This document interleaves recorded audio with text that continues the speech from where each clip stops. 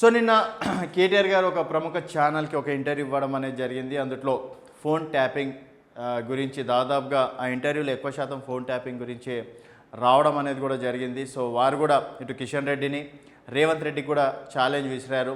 నేను ఎప్పుడైనా సరే సిద్ధం అని చెప్పేసి కూడా కేటీఆర్ గారు అన్నారు. సో మొత్తానికి అందులో కీలక విషయాలు ఒకసారి చూద్దాం.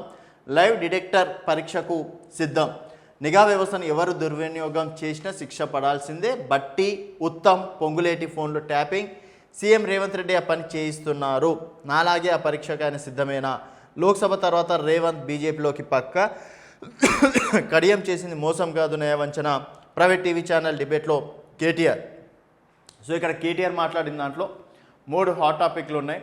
అందుట్లో ఫోన్ ట్యాపింగ్ అనేది గతంలో మన్మోహన్ సింగ్ గారి ప్రభుత్వం ఉన్నప్పుడు, మన్మోహన్ సింగ్ గారు ప్రధానమంత్రి ఉన్నప్పుడు 2010లో ఎవరెవరు ఫోన్లు ట్యాప్ చేస్తున్నారు అనేది కూడా ఆయన చాలా ఒక క్లారిటీగా చెప్పారని ఒక వీడియో చూపించడం అనేది జరిగింది.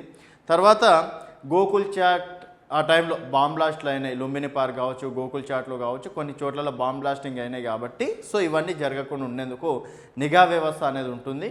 కొందరి ఫోన్లు అనేది ట్యాప్ చేయించడం కామనే అని చెప్పేసి వారు చెప్తుంటే, అసలు ఇప్పుడు నిజాలు ఏం బయటికి వస్తున్నాయంటే ప్రతిపక్ష నేతలు అందరి ఫోన్లు ట్యాప్ చేశారని చెప్పేసి ఇప్పుడు పోలీస్ ఎంక్వైరీలో తేలుతున్న నిజాలు. సో ఇప్పుడు ఫోన్ ట్యాపింగ్ విషయంలో లైవ్ డిటెక్టర్ పరీక్షకు ఆయన సిద్ధం అంటున్నారు. అలాగే లైవ్ డిటెక్టర్ పరీక్షకు కూడా రేవంత్ రెడ్డి సిద్ధమా అని చెప్పేసి అంటున్నారు. ఎందుకు రేవంత్ రెడ్డిని పిలుస్తున్నారంటే రేవంత్ రెడ్డి పొంగులేటి శ్రీనివాసరెడ్డి ఫోన్ ట్యాపింగ్ చేస్తున్నారు, బట్టి విక్రమార్క గారి ఫోన్ ట్యాపింగ్ చేస్తున్నారు, ఉత్తమ్ కుమార్ రెడ్డిది ఫోన్ ట్యాపింగ్ చేస్తున్నారని చెప్పేసి కూడా వీళ్ళ ముగ్గురు పేర్లు అనేది ఇప్పుడు బయటికి తీసుకురావడం అనేది ఇప్పుడు రాజకీయాల్లో సంచలనంగా మారింది.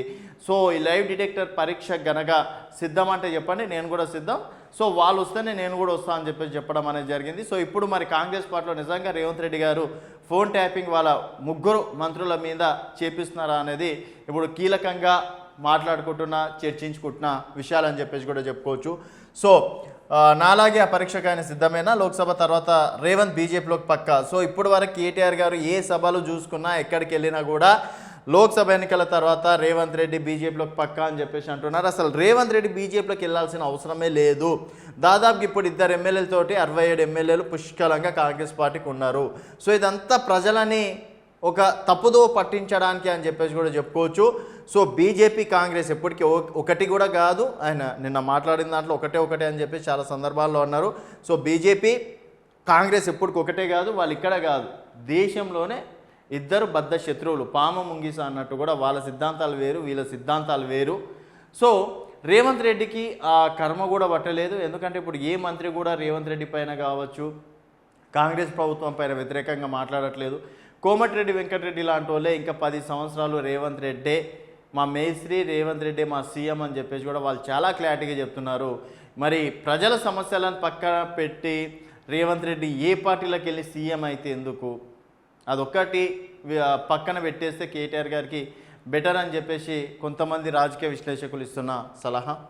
కడియం చేసింది మోసం కాదు నయవంచన, ప్రైవేట్ టీవీ ఛానల్ డిబేట్లో కేటీఆర్. ఫోన్ ట్యాపింగ్ వ్యవహారంలో తను లైవ్ డిటెక్టర్ పరీక్షలకు సిద్ధమని బీఆర్ఎస్ వర్కింగ్ ప్రెసిడెంట్ కేటీఆర్ స్పష్టం చేశారు. కడిగిన ముత్యంలో బయటకు వస్తానని ధీమా వ్యక్తం చేశారు. ఇప్పుడు కూడా ప్రభుత్వంలో ఫోన్ ట్యాపింగ్ జరుగుతుందని డిప్యూటీ సీఎం మళ్ళీ బట్టి విక్రమార్క, మంత్రులు ఉత్తమ్ కుమార్ రెడ్డి, పొంగులేటి శ్రీనివాసరెడ్డి ఫోన్లు కూడా ట్యాపింగ్ అవుతున్నాయని కాదని నిరూపించడానికి సీఎం రేవంత్ రెడ్డి సిద్ధమేనా అని సవాల్ విసిరారు. ప్రతి ప్రభుత్వంలో నిఘా వ్యవస్థ ఉంటుందని, దాన్ని ఎవరు దుర్వినియోగం చేసిన శిక్ష పడాల్సిందే. ఓ ప్రైవేట్ టీవీ ఛానల్స్లో శుక్రవారం జరిగిన డిబేట్ సందర్భంగా కేటీఆర్ వ్యాఖ్యలు చేయడం, పొలిటికల్ అడ్వర్టైజ్మెంట్ కోసం లీకులు ఇవ్వడానికి బదులు నిర్దిష్టమైన ఆధారాలు ఉంటే బయట పెట్టాలని కేటీఆర్ డిమాండ్ చేశారు.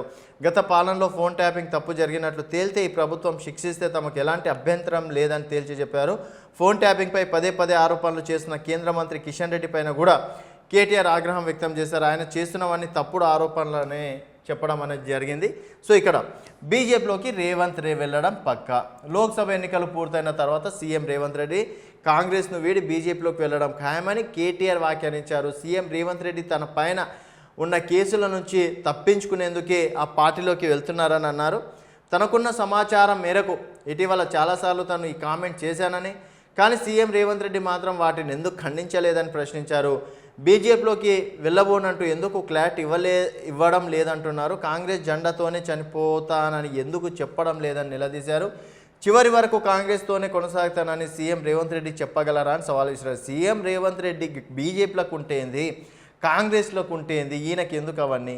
ప్రస్తుతం లోక్సభ ఎన్నికల్లో బీజేపీ ఎంపీ అభ్యర్థుల గెలుపు కోసం పీసీసీ చీఫ్గా బాధ్యతలు చూస్తున్న సీఎం రేవంత్ రెడ్డి చాలా కష్టపడుతున్నారని ఆరోపించారు. ఈ కారణంగానే బీజేపీ అభ్యర్థులపై డమ్మీ కాంగ్రెస్ క్యాండిడేట్లను నిలబెడుతున్నారని అన్నారు. మల్కాజ్గిరిలో ఇద్దరం పోటీ చేసి తేల్చుకుందామంటూ గతంలో తను సవాల్ చేసిన సీఎం రేవంత్ రెడ్డి ఇప్పటి వరకు దానిపై సమాధానమే చెప్పలేదని గుర్తు చేశారు.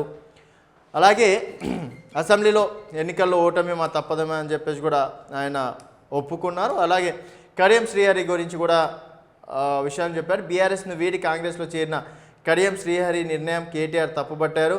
కేసీఆర్ను చాలామంది మోసం చేశారు, కానీ కడియం చేసినంత మోసం ఎవరు చేయలేదు, ఆయన చేసింది న్యాయవంచన అని ఆగ్రహం వ్యక్తం చేశారు. కేకే కుటుంబానికి కూడా పార్టీలో కీలక పదవులు ఇచ్చామని ఆయన పార్టీని వీడడంపై అసహనం వ్యక్తం చేశారు. కష్టకాలంలో పార్టీని వీడిన వారు ఎట్టి పరిస్థితుల్లో తిరిగి చేర్చుకునే ప్రసక్తి లేదని తేల్చి చెప్పారు. పార్టీలో కొన్ని పొరపాట్లు జరిగింది నిజమేనని సరిదిద్దుకొని ప్రయాణిస్తామని చెప్పారు. సో ఇక్కడ రేవంత్ రెడ్డి బీజేపీలోకి వెళ్తారన్నది ఒక hot topic. And Kadiyam Srihari అలాగే కేకే పైన కూడా ఫస్ట్ టైం ఆయన స్పందించడం అనేది జరిగింది. సో వాళ్ళు చేసింది తప్పు కాదు, నయవంచన అని చెప్పేసి కూడా వారిపైన కూడా విమర్శించడం అనేది జరిగింది. ఫోన్ ట్యాపింగ్ అలాగే అసెంబ్లీ ఎన్నికల్లో కూడా ఇప్పటికైనా సరే ఇదంతా మా తప్పిదాల వల్లే జరిగిందని చెప్పేసి కూడా ఆయన ఒప్పుకోవడం అనేది జరిగింది. సో మొత్తానికి మరి కేటీఆర్ చేస్తున్న ఆరోపణలని మనం ఏ విధంగా చూసుకోవచ్చు? నిజంగా ఇప్పుడు ప్రస్తుత TPCC chief CM Revanth Reddy గారు